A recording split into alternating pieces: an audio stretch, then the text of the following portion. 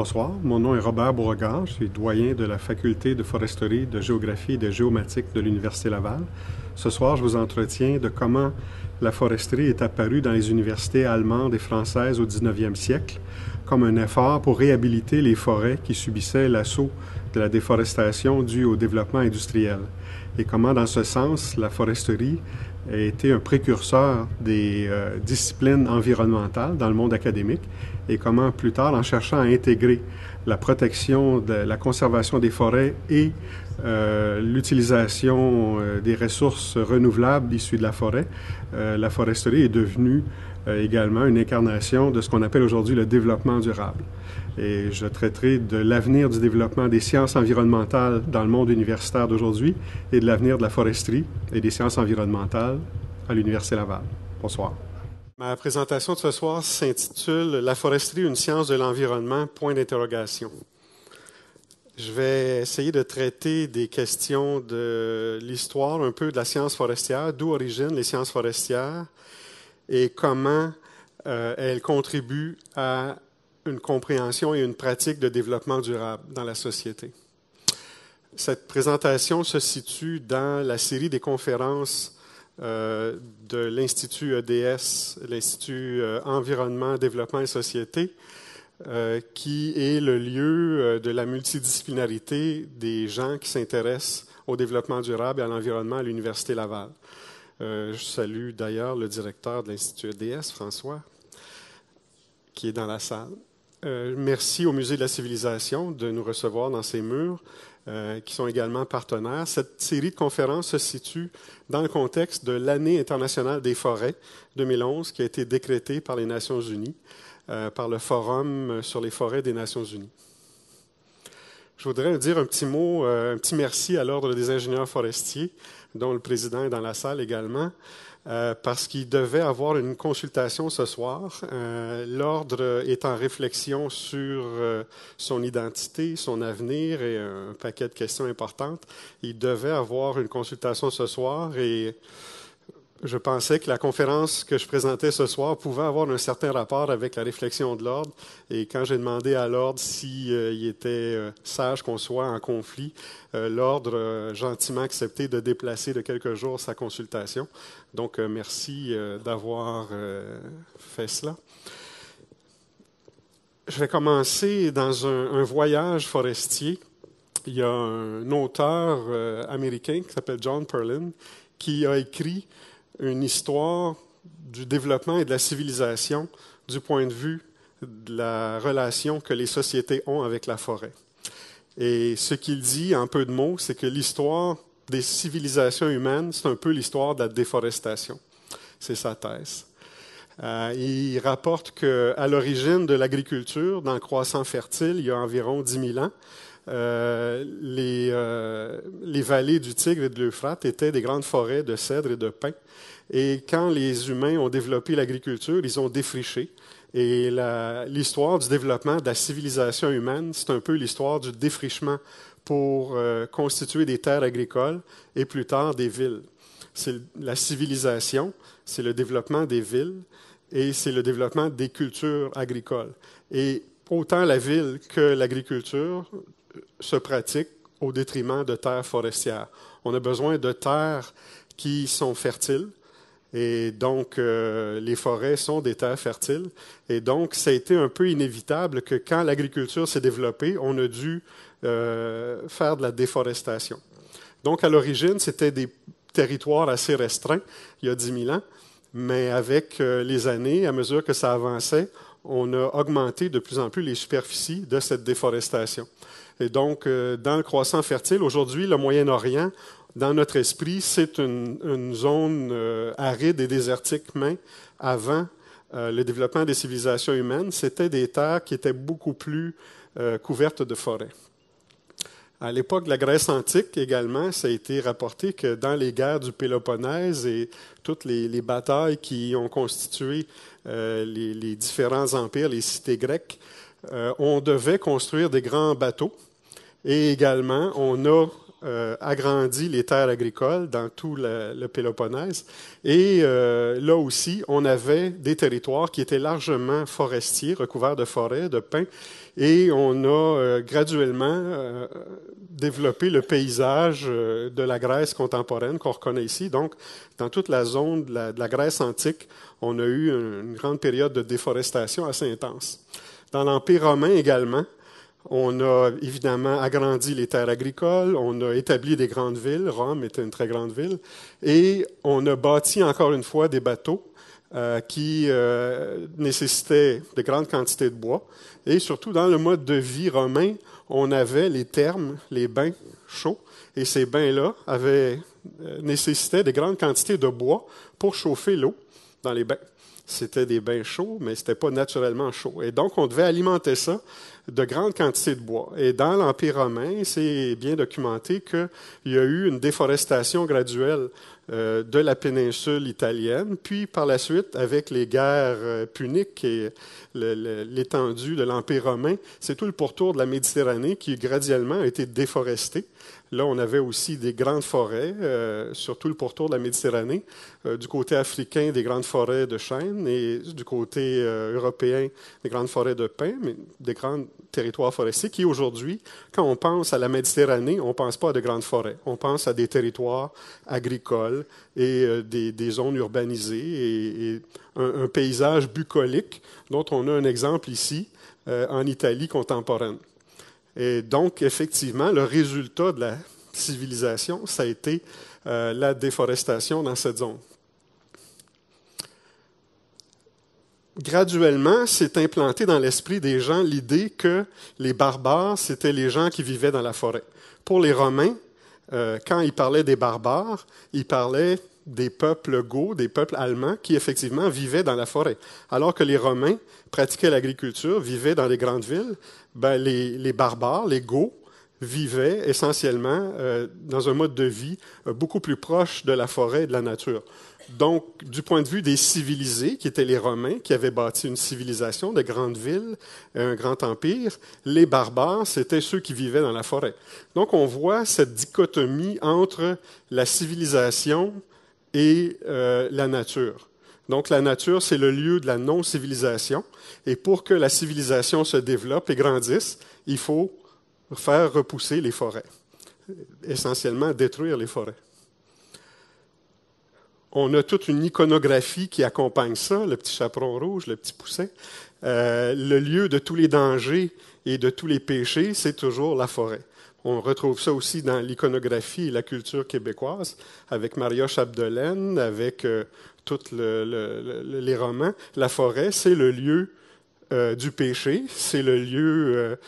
alors que la ville, le monde agricole, c'est le monde où l'Église établit son règne, mais la forêt, c'est la zone où il y a des camps forestiers, où les hommes sacrent, où ils sont pas civilisés, ils agissent comme des sauvages, comme des barbares. Plus tard, en Angleterre, on a eu la montée de la puissance britannique, et ici, c'est une scène de la bataille de Trafalgar en 1805, et les Britanniques, eux aussi, ont dû bâtir des grands navires, et ils avaient besoin de grandes quantités de bois. Et ils ont récolté beaucoup de bois en Angleterre, et dans les territoires qu'ils contrôlaient, et dans cette guerre qu'ils menaient avec Napoléon, quand Napoléon a établi un blocus sur la Suède, qui empêchait les Britanniques de s'approvisionner en Suède de bois pour bâtir leur bateau, les Britanniques ont commencé à importer du bois des colonies, dont du Québec, et les grandes forêts de pins de l'Outaouais. Dans notre histoire populaire, l'histoire veut que ces forêts-là aient été récoltées par les Britanniques pour construire la flotte de la British Navy. Et donc, à cette époque-là, au début du 19e siècle, Québec était le plus grand port de commerce au monde parce qu'on y manutentionnait ce bois qui servait à construire la flotte britannique. Donc, encore une fois, après avoir consommé les forêts des îles britanniques, les Britanniques, pour asseoir leur puissance militaire et leur développement, ont commencé à récolter des forêts à d'autres endroits dans le monde. Et bien sûr, en Angleterre, c'est le berceau de la révolution industrielle. Et donc, au 19e siècle, on a le développement des industries et dans toute l'Europe du Nord, le développement des mines de charbon et des mines de fer essentiellement. Et autant en Allemagne qu'en Suède, en Finlande et en France, on a des grandes mines dans lesquelles on consomme de vastes quantités de bois. Parce que pour étayer les galeries dans lesquelles on allait chercher le charbon et le fer, on devait étayer avec essentiellement du bois. Donc, on récoltait de vastes forêts. Et dans tout le 19e siècle, alors que les charbonneries et les industries de l'acier se développaient, on a récolté de vastes superficies forestières. Et c'est dans ce contexte du 19e, puis ça avait au plan conceptuel commencé au 18e, c'est dans ce contexte donc que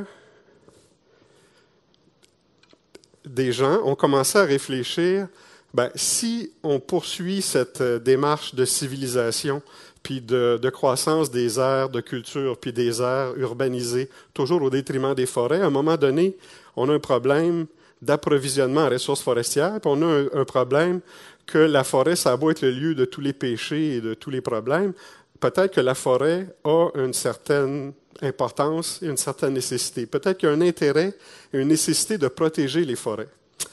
Et là, dans la relation entre la société et la forêt, il a commencé à y avoir des gens qui se sont mis à se dire peut-être qu'on devrait aménager les forêts. Et ici, c'est l'image d'un chercheur qui date de 1788, où il faisait une forêt imaginaire qui séparait en 84 sections, 84 blocs.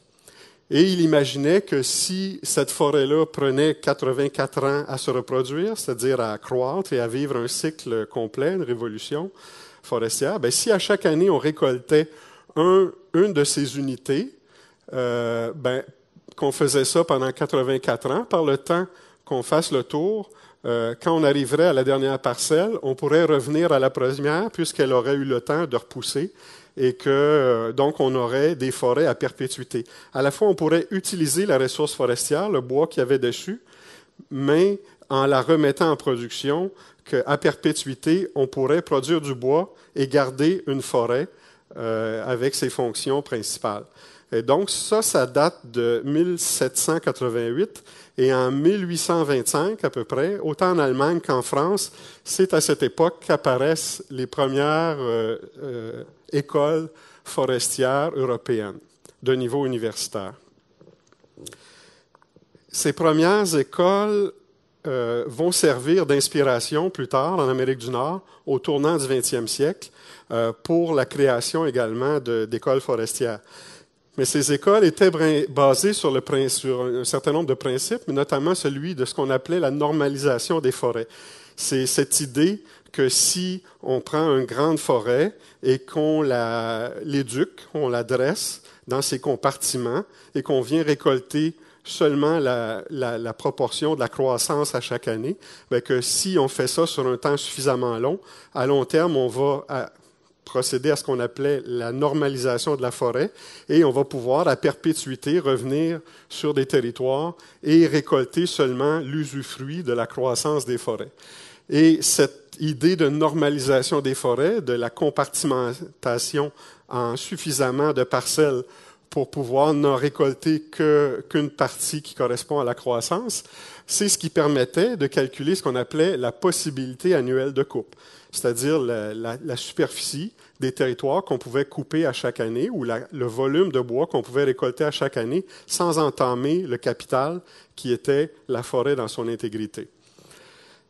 C'était une approche largement mécaniste qui aujourd'hui, bien sûr, est encore enseignée. Dans les fondements de la foresterie, ça fait partie encore de l'imagerie qu'on a, puis des calculs de possibilités forestières, c'est quelque chose qu'on fait encore. Le forestier en chef au Québec calcule la possibilité forestière, mais il faut être conscient que c'était une approche très mécaniste, basée sur une compréhension assez simpliste, il faut le dire, de la forêt. Et plus tard, la compréhension de la forêt s'est affinée beaucoup, mais cette idée, ce concept a été analysé récemment par un auteur du nom de Hölzel. Et donc, en octobre 2011, il publiait un article dans une revue sur les sciences de l'environnement où il disait que ce concept-là de normalisation des forêts et de calcul de possibilités forestières. C'était un des tout premiers concepts de développement durable, c'est-à-dire d'une conception de la relation entre la société et la nature qu'on pouvait perpétuer dans le temps à l'infini. C'est-à-dire l'idée qu'on ne prenait des ressources que ce que la Terre pouvait produire sur un temps infiniment long. C'était donc, d'après cet historien, un des premiers concepts qu'aujourd'hui on appellerait de développement durable. Aux États-Unis, au tournant du siècle, donc fin des années 1800 et début des années 1900, on a eu la naissance d'une dizaine d'écoles forestières et on a eu à Yale, au Connecticut, l'université Yale a créé une école forestière en 1900. Et par la suite, au Canada, on a eu la création d'un certain nombre d'écoles forestières à Toronto en 1907, au Nouveau-Brunswick en 1908, l'Université Laval établit son école forestière en 1910, et ainsi de suite. Et jusqu'en 1985, 1995 même, on a encore établi des écoles forestières au Canada. Si on prend le cas de l'Université Laval, on a célébré donc l'an dernier les 100 ans d'enseignement de la foresterie. Donc on disait 100 ans, l'âge d'une révolution. Le deuxième slogan qu'on avait, c'est « On n'est pas sorti du bois ». On n'a pas vraiment l'intention d'en sortir non plus. Et ici, c'est une image d'Étienne Bellemare-Racine, étudiant au doctorat chez nous en ce moment, qui faisait ici une entrevue au Devoir, parce que le Devoir célébrait ses 100 ans la même année que nous. Et ils avaient fait une série d'articles sur des lecteurs du Devoir à chaque semaine. Et lui avait inauguré cette série-là. Il parlait de comment il était un lecteur du Devoir, mais il y avait une concordance entre la célébration des 100 ans d'enseignement de la foresterie et des 100 ans du Devoir. En 1910, donc, on avait deux personnes, un type qui s'appelait Gustave Clodomir Piché et l'autre qui s'appelait Avila Bédard, qui avaient été formés à l'École polytechnique de Montréal en génie civil et qui avaient eu des emplois d'été dans l'industrie forestière. Et de ces emplois d'été, ils étaient arrivés à la conclusion, notamment en Mauricie, il y avait des grandes pulperies qui avaient été établies, des usines de pâte et papier. Et là, ils étaient arrivés à la conclusion que si on continuait de récolter le bois à la vitesse qu'on le récoltait autour de ces grandes usines-là, qu'en peu de temps, on allait épuiser la ressource. Donc, c'était des gens qui venaient d'être formés à Polytechnique en génie civil et qui se disaient, mais là, est-ce qu'on peut faire ça, récolter les forêts? Donc, ces pulperies-là étaient très récemment implantées parce que l'industrie des pâtes et papiers s'est implantée au Québec autour de 1903-1904. Il faut voir qu'en 1908 ou 9, le Québec avait introduit une loi qui interdisait l'exportation de bois non transformé aux États-Unis. Et donc, on était obligé, pour fabriquer du papier avec le bois du Québec, d'avoir des usines de transformation au Québec. Et donc, ça a amené l'implantation des premières usines de pâte et papier. Ces usines-là étaient de grandes dimensions, consommaient d'énormes quantités de papier. Et donc, Piché et Bédard avaient eu un travail d'été dans cette industrie-là. Ils se disaient, à la vitesse où on consomme le bois, on ne pourra pas faire ça très longtemps. Et donc, Piché, qui était le plus aventureux des deux, était allé en France voir comment on faisait ça, les pulperies, et il avait visité l'école forestière de Nancy, l'école nationale du génie rural des eaux et des forêts de l'Université de Nancy. Et également, il avait continué sa tournée, il avait visité d'autres écoles en Allemagne, en Suisse, et il était revenu avec l'idée qu'on devrait créer au Québec une école forestière. Et donc, continuant ses investigations, il a découvert qu'à Yale, depuis peu, on avait établi effectivement une école forestière. Donc, après son programme de premier cycle en génie civil à Polytechnique, il a décidé d'aller faire une maîtrise à l'Université Yale en sciences forestières, ce qu'il a fait avec son camarade Bédard. Et ils sont revenus de là, et effectivement, en 1910, ils ont créé l'école forestière, l'école de génie forestier de l'Université Laval. Et à l'époque, donc au tout début, c'était une école professionnelle dont les professeurs exerçaient le métier de forestier, mais qui n'étaient pas professeurs à temps complet à l'époque. Donc, ils exerçaient différents métiers en même temps, dont celui d'enseignant à l'université. Et les principaux domaines de formation à l'époque étaient d'apprendre à localiser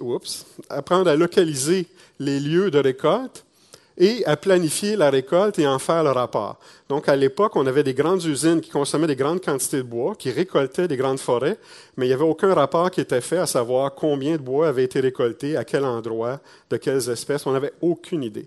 Donc, les premiers enseignements ont été pour apprendre à, un, localiser où étaient les coupes, et deux, faire le rapport sur les coupes qui étaient faites, effectivement. Donc, c'était une activité assez cléricale de faire des rapports sur les activités de récolte forestière. À partir de 1922, on a introduit la loi sur les inventaires forestiers, et là, l'enseignement à la faculté, à l'école, à l'époque, a évolué pour apprendre à réaliser les inventaires. Donc, à l'époque, on n'avait aucune idée de quelle superficie de forêt on avait, de ces superficies, ils étaient peuplés dans quelles essences, quelle était la dynamique de croissance, on n'avait aucune idée. Il y avait juste d'immenses forêts. Les forêts étaient grandes, c'est tout ce qu'on savait. Puis on avait des industries qui consommaient les ressources de ces forêts. Et donc là, ici, on a commencé à définir le système d'inventaire forestier et on a enseigné aux ingénieurs forestiers de l'époque à faire des inventaires forestiers. Et pour la première fois, donc, on savait où localiser les lieux de récolte et comment faire des rapports. Maintenant, on avait des inventaires forestiers. Donc, on a commencé à définir des plans d'aménagement pour rendre soutenue l'exploitation des forêts. Les termes étaient définis comme ça à l'époque. Donc, l'idée, c'était de pouvoir récolter du bois à perpétuité et non pas dilapider la ressource ou l'épuiser trop rapidement. Donc, le concept d'exploitation soutenue des forêts apparaît autour de ces années-là. C'est la première fois qu'on a des inventaires, qu'on commence à avoir une idée de c'est quoi les superficies forestières, ils sont stockés de quelles espèces, en quel volume, et au rythme où on les récolte, comment on peut faire ça de façon soutenue dans le temps. Donc, on voit que le processus de réflexion se déploie. En 1945, l'école, donc c'était une école de génie forestier, donc de formation professionnelle, devient une faculté. Ce que ça implique, c'est qu'on commence à engager des professeurs de carrière qui ont des doctorats. Professeur de carrière, ça signifie professeurs qui ne font qu'être professeurs d'université, qui ne cumulent pas 2 ou 3 emplois en même temps, parce qu'avant ça, la plupart des professeurs travaillaient également, surtout au ministère des Terres et Forêts ou dans l'administration publique des terres forestières. Et donc, à partir de là, on engage des professeurs qui ne feront que l'enseignement et donc qui auront un doctorat, et on va introduire l'enseignement au 2e et 3e cycle, à la maîtrise au doctorat. Avant ça, il n'y avait pas de maîtrise et de doctorat. Donc, on est passé d'une école à une faculté en 1945. Dans les années 50, on a engagé notamment André Lafont, ça n'a pas été le seul, mais ça a été un des premiers de ces professeurs de carrière qui détenait un doctorat, qui avait été formé au Québec, qui avait été contemporain de Dansereau, donc de Dansereau, et en écologie forestière, et qui, le premier, a commencé à concevoir des plans d'aménagement forestier tenant compte de l'écologie des forêts. Donc, l'écologie des forêts, c'était une science très nouvelle à l'époque, dans les années 50. Puis on a vu, au moment du décès de Pierre Dansereau, comment, à cette époque-là, donc la connaissance de l'écologie, c'est-à-dire des relations entre les êtres vivants et leur environnement, et donc les mécanismes à la base de la nature, comment ils se définissaient, comment ils se déployaient. Et là, à partir de là, on commence à réfléchir, à faire des plans d'aménagement qui ne sont pas qu'un enchaînement mécanique de récolte pour faire à perpétuité la récolte donc d'une ressource forestière qu'on savait renouvelable, mais pour tenir compte en faisant ça de l'écologie, donc de la dynamique des forêts elles-mêmes. Et donc, c'est le début de la recherche forestière.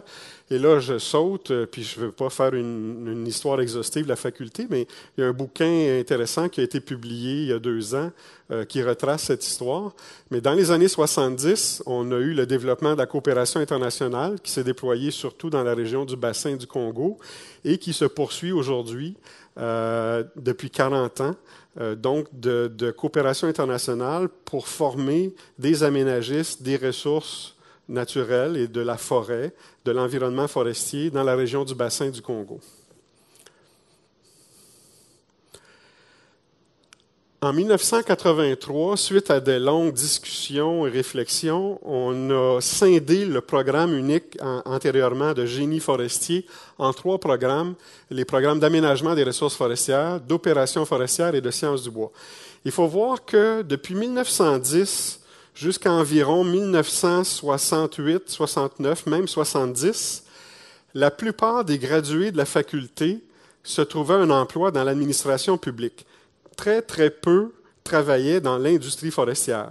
Aujourd'hui, les ingénieurs forestiers travaillent soit dans l'industrie forestière, soit dans l'industrie de la consultation privée, soit au gouvernement, au ministère des Ressources naturelles et de la faune, au ministère au MDDEP, du Développement durable, de l'environnement et des parcs, ou dans des organismes de gestion en commun, des organismes de la forêt privée, des organismes de gestion de la faune. Aujourd'hui, il y a une grande diversité, mais à l'époque, pendant presque 60 ans, il y a eu les gradués de la faculté étaient engagés essentiellement par la fonction publique québécoise pour encadrer la gestion forestière.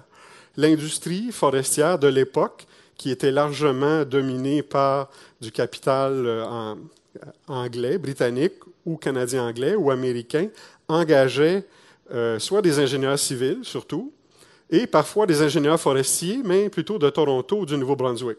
Mais des francophones du Québec, on jugeait qu'ils n'étaient pas formés suffisamment pour répondre aux besoins de l'industrie.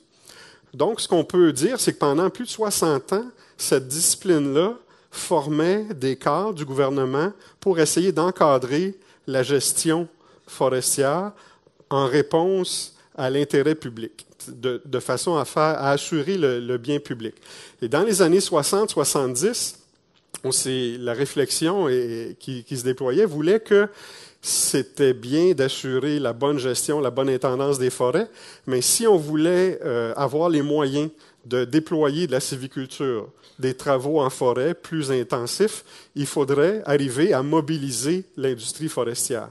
Et donc, il y avait une réflexion à savoir comment on peut faire évoluer les programmes pour qu'ils répondent plus aux besoins de l'industrie forestière. Et donc, en créant ces 3 programmes-là, le premier était assez proche de l'ancien programme, mais le deuxième et le troisième visaient réellement à arriver à répondre à des besoins de l'industrie forestière tout en continuant à faire une bonne intendance de l'aménagement forestier. On peut dire dans ce sens-là que si l'impulsion initiale de la création de l'enseignement en foresterie était une intention plus de protection ou de réhabilitation des forêts ou de maintien de l'intégrité du système forestier, à partir de là, on entre dans une dynamique plus de développement durable, dans le sens qu'on essaie de concilier un objectif de conservation de l'environnement avec des objectifs de développement économique, avec toutes les tensions et toutes les contradictions que ça peut représenter.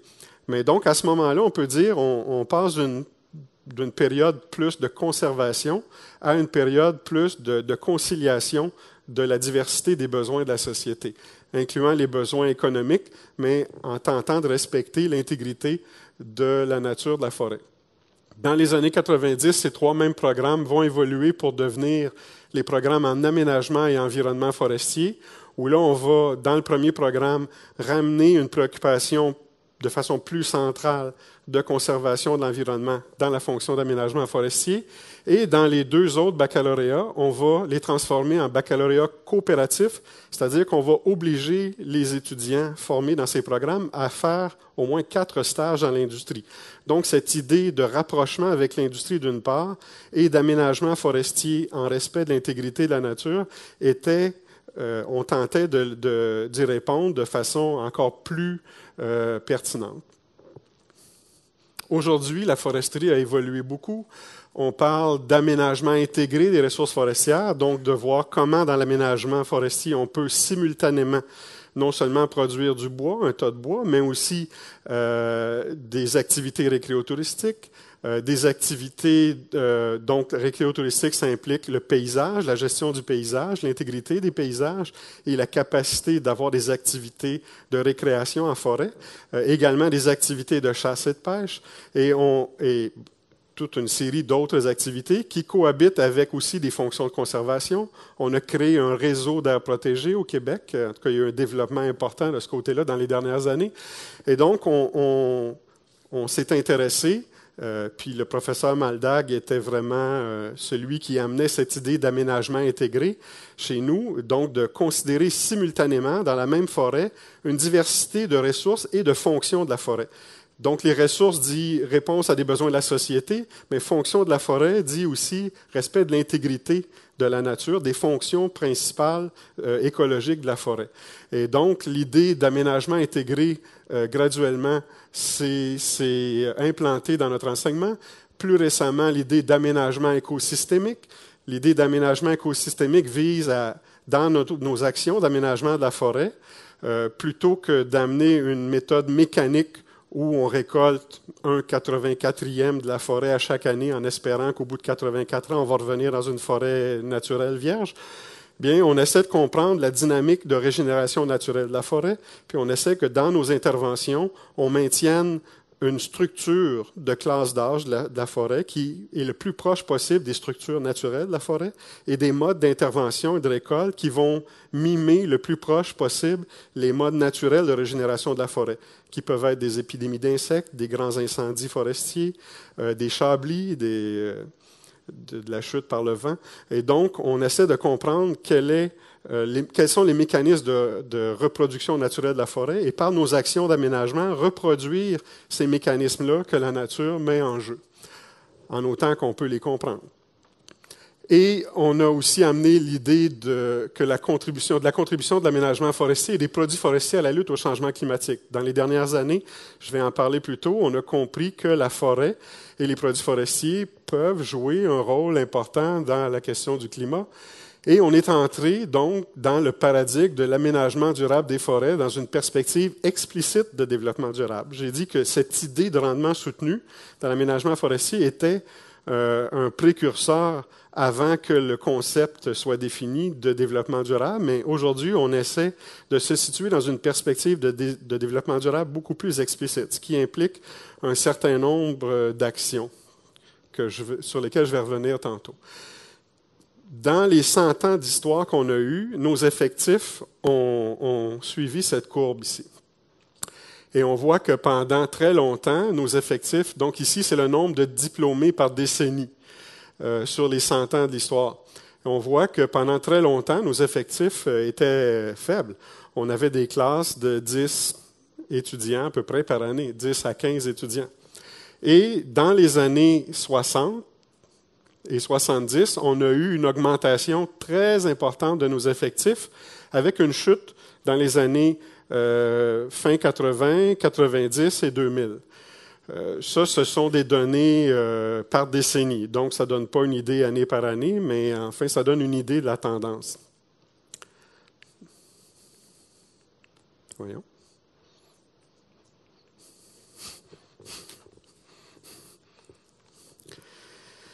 Ces programmes de génie forestier étaient basés dès l'origine sur des sciences biophysiques, la biologie et plusieurs de ses composantes, la botanique, l'écologie, l'entomologie, la mycologie, et également des sciences plus de type géologique comme la pédologie, l'hydrologie, certaines formes de génie civil. Il ne faut pas oublier que le génie forestier originait du génie civil, donc la construction de chemins, de ponceaux, et la construction de campements, l'organisation technique des travaux forestiers, et de plus en plus, mais dès l'origine, sur des sciences sociales. La gestion, la planification, les systèmes d'information géographique aujourd'hui, mais aussi, depuis longtemps, l'économie forestière. Les questions d'acceptabilité sociale sont traitées de façon explicite dans les enseignements. Les questions de la foresterie autochtone, de plus en plus, apparaissent dans nos enseignements. La politique forestière est quelque chose qu'on traite depuis longtemps. Donc, quand on parle d'une perspective de formation en développement durable, il y a toujours cette idée de rencontre entre les sciences biophysiques puis les sciences sociales et humaines. Et donc, il y a un historique aussi, avec un accent plus fort sur les sciences biophysiques, mais il y a toujours eu, puis il y a de plus en plus, une composante forte de sciences sociales dans l'enseignement que nous avons en foresterie. Et, dernier élément, les facultés de foresterie au Canada, donc pas seulement l'Université Laval, ont toutes contribué dans les dernières années, depuis 10 à 15 ans, à développer des programmes de sciences de l'environnement en parallèle de leurs programmes traditionnels de foresterie.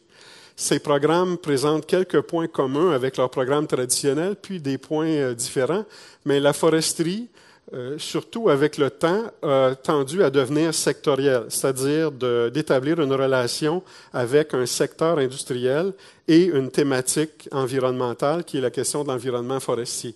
Alors que les sciences de l'environnement tendent à être alignées vers des problématiques de l'ensemble de la société et de l'ensemble des enjeux de la nature. Ce qu'on peut dire quand on regarde les chiffres de l'évolution des effectifs qu'on avait tantôt, c'est que dans les années 60 et 70, cette montée très importante des effectifs, en fait, comportait deux composantes, d'après mon interprétation. Dans les années antérieures, les effectifs étaient formés de jeunes qui s'intéressaient à la nature, au plein air et à la gestion de la ressource forestière. Et ils voulaient travailler dans le service public également. Mais dans les années 70, on a la montée, après le Club de Rome, de la conscience des questions environnementales. Et à mon sens, on a commencé à avoir dans nos effectifs en foresterie une composante de jeunes qui s'intéressaient à l'environnement, aux questions d'environnement. Mais dans les années 70 et début 80, il n'existait pas de programme de premier cycle en environnement. Et donc, les jeunes qui s'intéressaient à l'environnement, certains choisissaient la foresterie, d'autres l'agronomie, mais c'était dans des choix de carrière parmi les choix qui s'offraient à eux. Et donc, dans ce qu'on a connu, la montée très importante des effectifs étudiants dans les années 70-80, d'après moi, il y avait une composante traditionnelle de gens qui connaissaient le secteur forestier, les enjeux forestiers, et il y avait une composante de jeunes, plus urbains souvent, qui s'intéressaient aux questions d'environnement. Et dans les années 80, 90 et 2000, la raison pour laquelle on a eu une décroissance d'effectifs, en partie, il y avait les hauts et les bas, les cycles de l'économie de l'industrie forestière, mais il y avait également la naissance, dans le cours des années 80, dans les années 90, de programmes en environnement, notamment à l'Université de Sherbrooke et à l'UQAM. Et donc, comme il y avait maintenant des programmes en environnement, les jeunes avaient une plus grande diversité d'options. Et à Laval, effectivement, on n'avait pas de programme en environnement jusqu'à tout récemment. Et donc, en créant des programmes en environnement, on est venu rendre plus explicite l'offre de programmes qu'on a pour des clientèles qui, dans le fond, étaient un peu différentes. Mais donc, moi, je fais l'hypothèse que dans cette époque-là, il y avait beaucoup d'étudiants qui étudiaient en foresterie parce qu'ils avaient un intérêt pour les questions d'environnement et de développement durable, même si le terme est apparu seulement en 85, mais pour cette idée d'un développement soutenable à long terme, et qui, parce qu'il n'existait pas de programme explicitement en sciences environnementales, ont choisi cette formation-là. Donc aujourd'hui, on a encore de ces étudiants qui s'intéressent à l'environnement, mais maintenant, ceux-ci ont d'autres options, dont des programmes qu'on a créés également en partenariat avec, dans notre cas, d'autres facultés. Notre programme en environnement a été élaboré en collaboration avec la Faculté des sciences et génie et avec des contributions de plusieurs professeurs de la Faculté des sciences sociales. Les programmes de sciences de l'environnement qui se sont développés dans les dernières années sont fondamentalement multidisciplinaires, comme l'a été la foresterie. La foresterie s'est bâtie comme ça, mais donc ça, c'est une chose qu'ils ont en commun. Ces programmes sont fondés également sur des sciences biophysiques et sur les sciences sociales. Donc, la composante de la nature et de la culture de la société. Et d'après, si on regarde un peu dans la littérature, Bruno Latour, qui est un sociologue français, qui s'est intéressé beaucoup aux sciences de l'environnement, puis aux questions de l'environnement, puis à l'émergence des questions de l'environnement dans la société, le constat qu'il fait, c'est que dans ce qu'on a appelé la modernité, c'est-à-dire la conception des sciences qu'on a aujourd'hui ou du monde qu'on a aujourd'hui, lui, il en trace l'origine à l'époque de la Renaissance, au XVIIe siècle. Et à cette époque-là, il y a eu le moment auquel les sciences naturelles et les sciences sociales se sont séparées formellement. Et il identifie ça à deux scientifiques de l'époque, Robert Boyle et Thomas Hobbes. Et Boyle étant un chercheur qui s'intéressait aux gaz, qui faisait de l'expérimentation sur les gaz et qui a élaboré une théorie sur les gaz.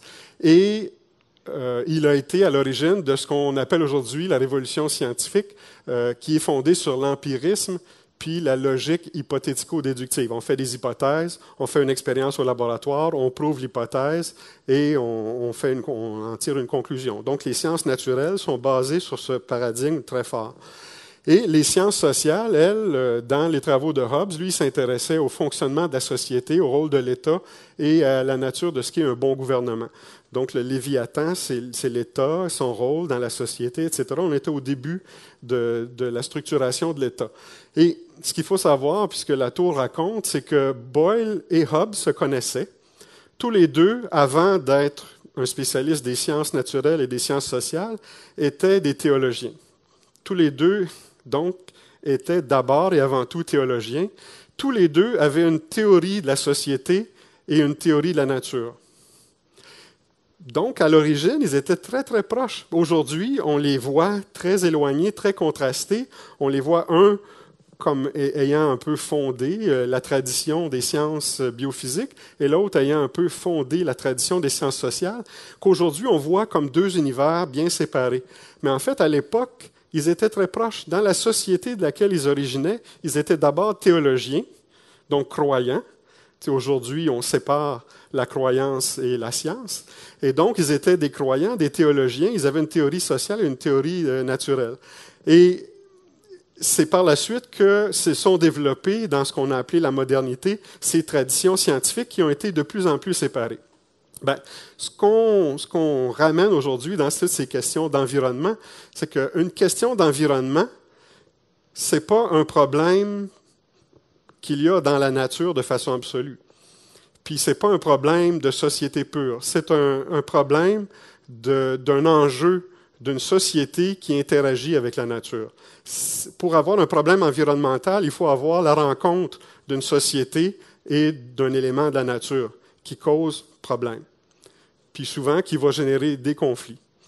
Et donc, les fondements de ce que sont les sciences de l'environnement, ça nécessite et ça appelle une refusion des questions de sciences naturelles et des sciences sociales.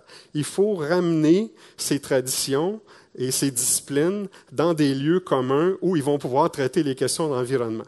Donc, la tour nous dit, l'environnement, ça n'existe pas en soi, c'est un objet humain, humanisé, qui a une dimension objective et subjective, qu'on peut étudier avec les sciences sociales et avec les sciences biophysiques, et qui souvent met en œuvre ou met en cause des technologies qui sont des objets créés par les humains, qu'on peut étudier par les sciences sociales et par les sciences biophysiques. Et donc, il appelle à une espèce de réconciliation ou de réunion des traditions, des deux grandes traditions scientifiques qui sont à l'origine de la modernité ou de la pensée scientifique actuelle. Puis récemment, on a eu toute une série de gens qui ont fait des travaux où ils s'interrogent sur la relation entre les sociétés et la nature sur le temps long. Donc, Jared Diamond, dans ses bouquins, s'interroge sur quelles sont les conditions qui permettent à des sociétés de durer très longtemps dans un environnement donné. Donc, il s'intéresse à la biophysique des environnements, comme l'île de Pâques ou d'autres lieux physiques, et il s'intéresse à ces lieux-là du point de vue de la relation que la société a avec eux. Donc, il est dans cette idée de réunion des sciences sociales et des sciences biophysiques. Kai Lee, dans ce truc, Compass and Gyroscope, lui se demande comment on peut piloter de façon adaptative comme société notre relation avec la nature. Donc, il cherche à définir les grands paramètres de stabilité de l'environnement naturel et de voir comment la société, dans sa demande dans les ressources, sa demande dans la relation qu'elle a avec la nature, permet de façon adaptative d'avoir une relation durable avec la nature. Et la mère de l'idée de développement durable, le rapport qui a donné lieu aujourd'hui quand on fait référence à l'idée de développement durable, donc d'une relation entre la société et la nature dans laquelle les sociétés aspirent au développement économique, à la justice sociale, mais de façon soutenable dans un environnement donné. Donc, c'est défini dans le rapport Brundtland, de Mme Brundtland, qui va avoir 25 ans l'an prochain. Ça a été, en termes institutionnels, un moment très fort où cette idée de de gestion d'environnement, de relations entre la société et la nature, s'est cristallisé dans un certain nombre de concepts qui aujourd'hui deviennent très importants et clés. Dans les universités, les sciences de l'environnement sont devenues un enjeu d'intense convoitise de la part de toutes les disciplines académiques, que ce soit la biologie, la géologie, le génie, le droit, la sociologie, la géographie, l'anthropologie, même les sciences d'administration. Tout le monde prétend faire des sciences d'environnement, à bon droit, la plupart du temps. Et effectivement, les disciplines ont quelque chose à apporter aux questions d'environnement et de développement durable. Mais aucune des disciplines individuellement ne peut prétendre à la totalité de la pertinence sur les enjeux. Ils sont profondément transdisciplinaires. Et notamment à l'Université Laval, on a tout un historique de guerre de territoire pour réclamer la pertinence et la capacité à développer l'enseignement et la recherche dans le domaine de l'environnement. L'Institut EDS est une tentative d'être un lieu de regroupement des gens qui s'intéressent aux questions d'environnement et de développement durable, un lieu multidisciplinaire, puis il est profondément multidisciplinaire, mais l'Institut ne structure pas comme tel l'enseignement. Il est un lieu pour des chercheurs, pour développer des choses, organiser de l'animation, mais l'enseignement comme tel, et l'université, c'est la fonction d'enseignement et de recherche, et de rayonnement dans la collectivité. On peut dire que l'Institut EDS est un bel outil de rayonnement et de lieu de regroupement des chercheurs, mais comme lieu d'enseignement, on ne peut pas dire que c'est ça encore. Et donc, pour moi, la structuration du domaine de l'environnement et du développement durable dans le monde universitaire, ce n'est pas juste à Laval, c'est encore une question qui est problématique et non résolue, et qui doit trouver une solution plus intelligent que ce qu'on a su faire à date. Au moment du décès de Dansereau, il rapportait qu'à l'UQAM, il avait tenté de créer l'Institut des sciences d'environnement. Et Mme Vandelac, qui en est la directrice actuelle, disait que l'Institut était exsangue actuellement, n'avait pas le soutien de l'institution.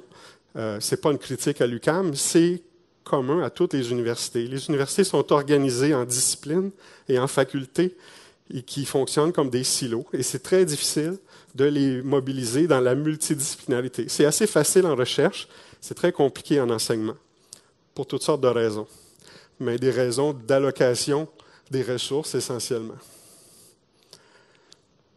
À mon sens, il y a un sens à avoir une organisation en discipline.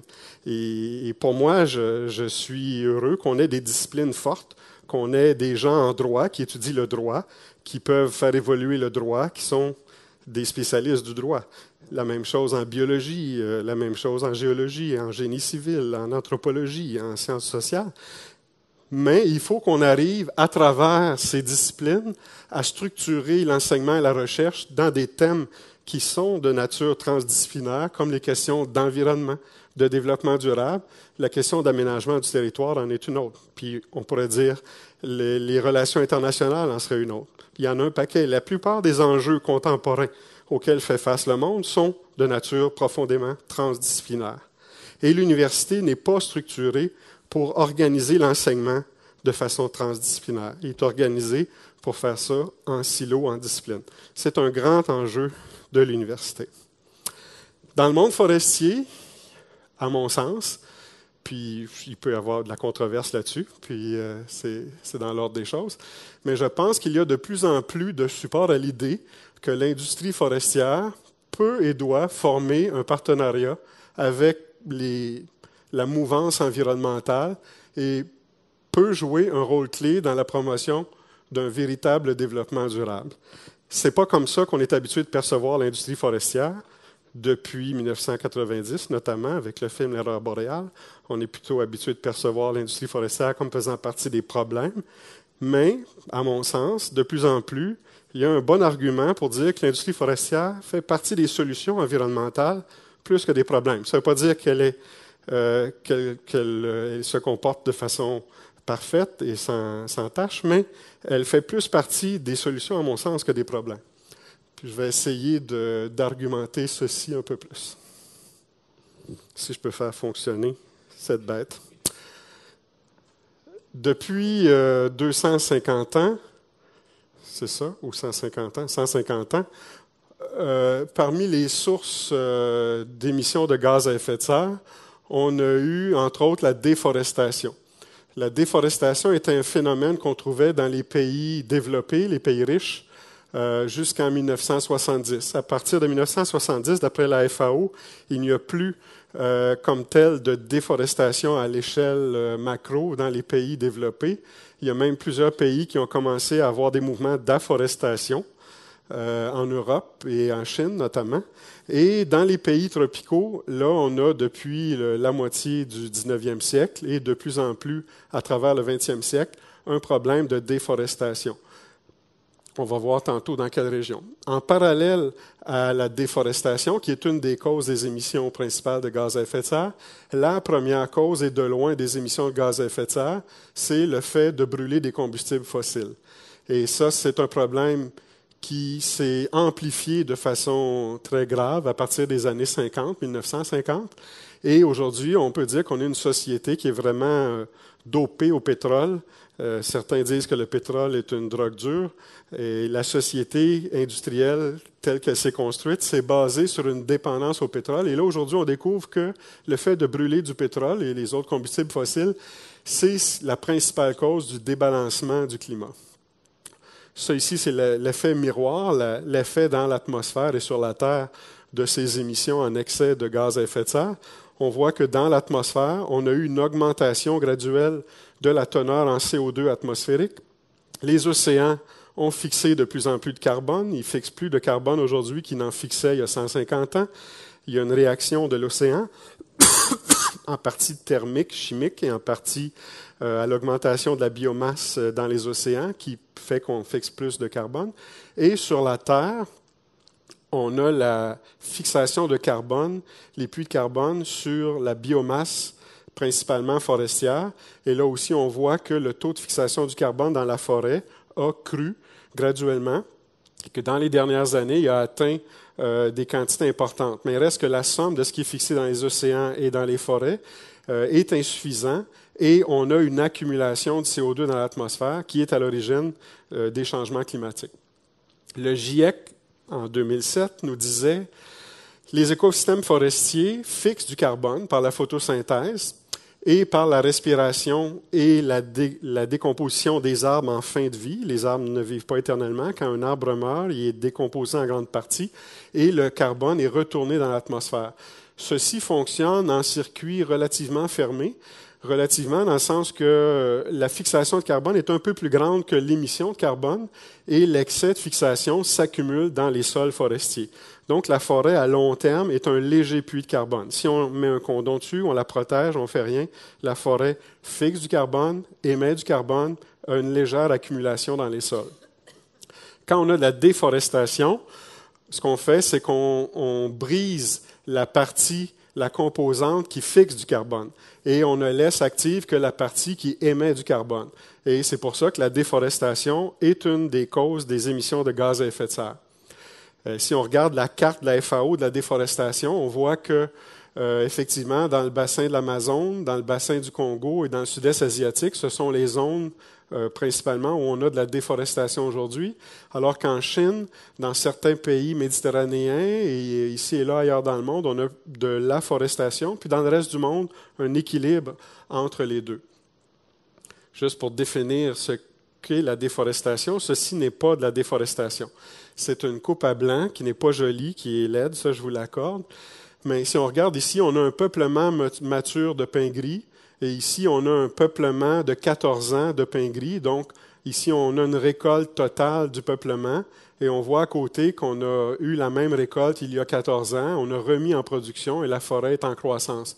Résultat de ceci, c'est, oui, on récolte la forêt, mais on la remet en production. Puis, à terme, on a une forêt qui est en croissance. Donc, ce n'est pas de la déforestation, dans le sens que la déforestation, c'est le fait du changement d'affectation des terres. Donc, ceci, même si c'est une beaucoup plus jolie photo, c'est de la déforestation. C'est un territoire qui était forestier, qui est devenu agricole.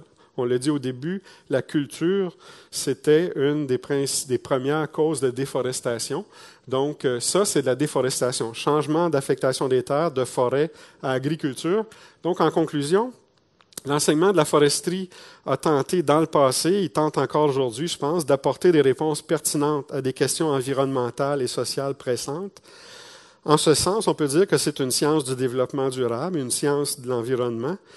L'université, par ailleurs, doit s'adapter aux enjeux de notre temps et revisiter son mode d'organisation pour être en mesure de s'attaquer à toutes ces problématiques transversales. Elle a fait plusieurs tentatives de faire ça, mais à mon sens, elle le fait imparfaitement et incomplètement. Il y a beaucoup de progrès à faire encore et aucun des silos ne peut s'approprier ces enjeux-là. Il faut trouver des manières de les faire de façon matricielle, transdisciplinaire. Et si on croit que le secteur forestier fait partie des solutions pour bâtir une économie verte dans une société juste, il importe de continuer à travailler à l'établissement de toutes sortes de nouveaux partenariats, tant dans le monde académique que dans la société. Cette idée d'opposition entre la nature et la culture est en train aujourd'hui d'être profondément revisitée, puis on peut l'espérer transcender dans une nouvelle relation entre la société et la nature, dans une relation durable, dans une économie verte. Merci beaucoup.